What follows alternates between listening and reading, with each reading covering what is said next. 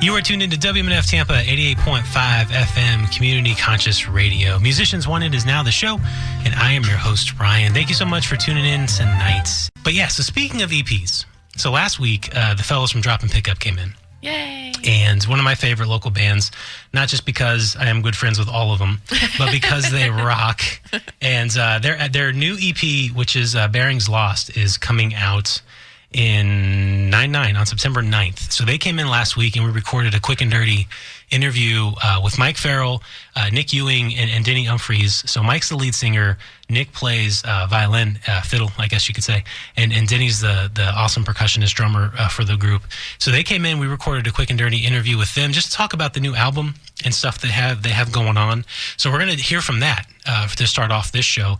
We're going to start off, this is going to be Denny talking, and he's talking about how they're going to have live art at their show, their album release party on September 9th at Three Daughters. So they're going to have live artists. He's going to talk about who they are coming out, just painting the band and the scene and all that stuff as they're playing for the album release. It's going to be a really cool show. Red Feather's going to be there. Actual Bank Robbers is going to be there. And, of course, Dropin Pickup, all really good local bands. So this is Dropin Pickup talking about their new EP. We have art involved by an organization called Heart. They're big in Tampa area, so they're going to bring in live artists on stage painting 4 artists on 2 canvas, and they only have about an hour and 20 minutes of time split throughout the whole night in between acts. Oh, that's cool. Yeah. The first time I saw that was a Big Bad Voodoo Daddy concert back in like 2004 or something like that. They were playing at Janice Landing at the time. Live Janice Live. Yeah, he was like off stage and he was doing the thing of the show. Like he was painting them and all that stuff. Oh, wow. It was pretty cool. Yeah. And selling it afterwards. Kind of the same thing. Yeah. Very similar. Yeah. We've got Samuel Mold coming out, Macy Higgins with Macy Eats Paint, and Philip Baker, and the last one is Ferry Charles. Yeah, actually Junkyard Charles. Ferry Junkyard Charles. And he actually designed our EP's album art and did a phenomenal job with that. Did the album cover. It was really a hell of a piece of work and just truly amazing. It's exciting because they're going to be actually selling a lot of their art there as well. So it's a chance to not only do the musical side of what art is, but doing the visual side as well, which is really exciting for us. Yeah, it was actually really cool. We have multiple friends that are artists that are very talented in their own right. So when we're trying to find some artwork to represent the album, we were having trouble finding the right piece, you know. So I went over to Ferry's place, and he had these pieces just lying about in his apartment or in his house. And I knew it would take him months to create one. So I looked at him and was like, that's it, you know. So he just did the final touches on it and then told it to us. And it was perfect timing and great execution. So I imagine that's what happened with the production of the album too, right? It was as easy as that. Exactly. You guys walked into the studio, it was like, that's it, boom, one take, done. If only that was the case. Oh yeah. Talk about for a second the recording of that. Like what went in. We recorded at Clear Tracks in Clearwater, and it was great. Yeah, producer Spence Bradham. Yeah, I'm good friends with Spence actually. Yeah. He's been in a couple times. Kicks butt, man. He's awesome. Yeah. And the whole team out there did a really good job. Mike, I think, did the mixing over there as well. The owner. Yeah. They did, and the mastering as well. Just a really pristine group of people out there. They just did such a good job. Yeah, because our first album we did in I wouldn't say a rough home recording, it was like pretty well done home recording studio, you know. And so we went to Clear Track, which was professional, and they had just everything we ever dreamed of and more, you know. They took us and honed us and really let us create what we wanted to create and also guided us to where we wanted to go at the same time. So it was really cool. The Compunction single's been out for a while. Yes. On Facebook and YouTube and whatnot. And I've actually played it a couple times on the show. Nice. Thank you. Through I think SoundCloud. I wanted to ask you, since that's been out for a bit, right? And now the album's actually coming out less than a month from now, but the single's been out for a while. Like, is that odd? Like listening to it and knowing that the album's not even out yet and then comparing it to what people are thinking about it? I've seen that happen where bands release a song like maybe even a year before they release the album, you know? But I think if you create a song that you love so much, you think the public's going to have the same reception, it's not going to matter the time frame on when you have the album come out because the song's still going to be there. It's still going to mean the same thing to the listeners and the people that are making it too. 2017. What's in store? Ideally, we'd like to get into some fall music festivals, maybe even some planning for summer festivals. We'd like to maybe get into the Strawberry Festival next year, maybe play at the fairgrounds for the state fair, a number of things. Those are kind of like the local levels, but we'd obviously like to get out into the region, which is what this whole tour, Bearings Lost tour, is all about. We're going from Tampa to Athens to Jacksonville, and in no particular order, by the way. Jacksonville, Nashville, Asheville, Charlotte, Charleston, South Carolina, and then coming home. Did you guys book it yourself? Yep. Did it all on our own. Well, there's a great website called Indie on the Move, which provides all the indie artists the resources necessary to book a tour. That's it has all awesome. the venues, the contacts, and everything. So it's just a brilliant resource. That's really cool. What do you do? Just like upload your music and...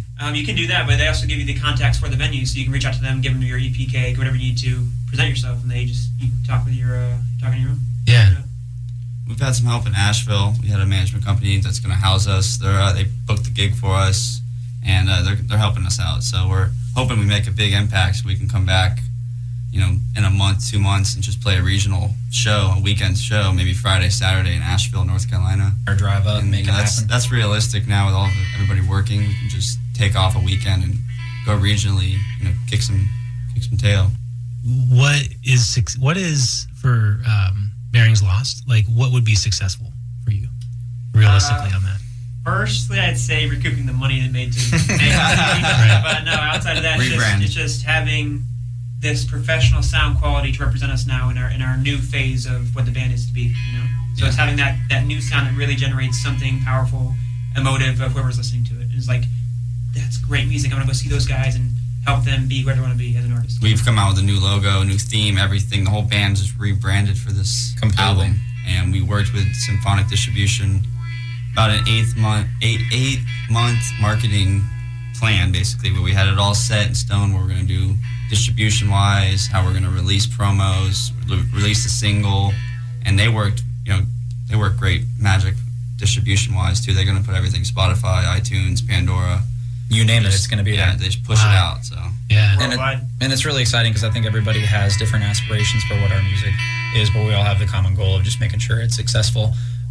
It's nice to see when you hear back in the day, if you ever heard Matt and Kim and they were on the Toyota commercials, it's exciting to see how back in the day they weren't that big and now they're huge. And it would be nice to have one day maybe our songs accompanying some commercial or some. For me, that's me, just personally. I think that would be great. Be nice to, obviously, a good way to brand and good way to market. And Symphonic does all that. And if it wasn't for Symphonic Distribution, put you out for publishing.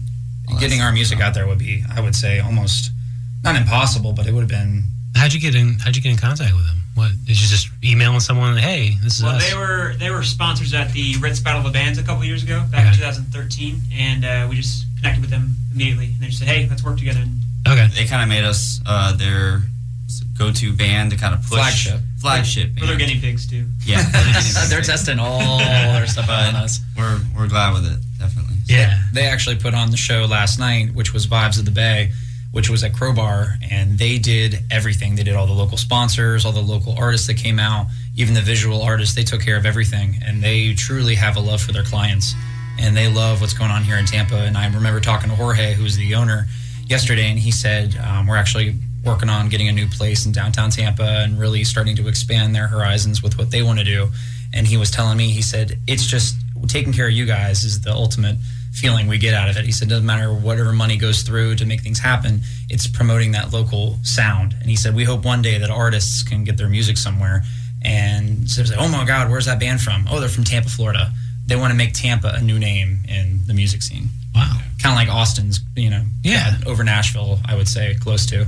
Yeah. We got Paragon Music actually doing a lot of the sound and all the effects and stuff like that, taking care of all the sound works, making it so everybody can be heard and seen, and all the lights and all that good stuff. And if anybody knows anybody that's going to be in any of the cities that we're going to on our tour coming up here in September, if they could send some family, some uncles, some cousins, anybody that wants to come out, where a lot of the shows are, it's all going to be on dropinpickup.com. It's got all of our list of our shows that we're having, a full itinerary, and we'll be posting on all over social media with what the dates are, times, and all that good stuff is, and how to get tickets. And it's going to be a good time. So if you got family, send them out.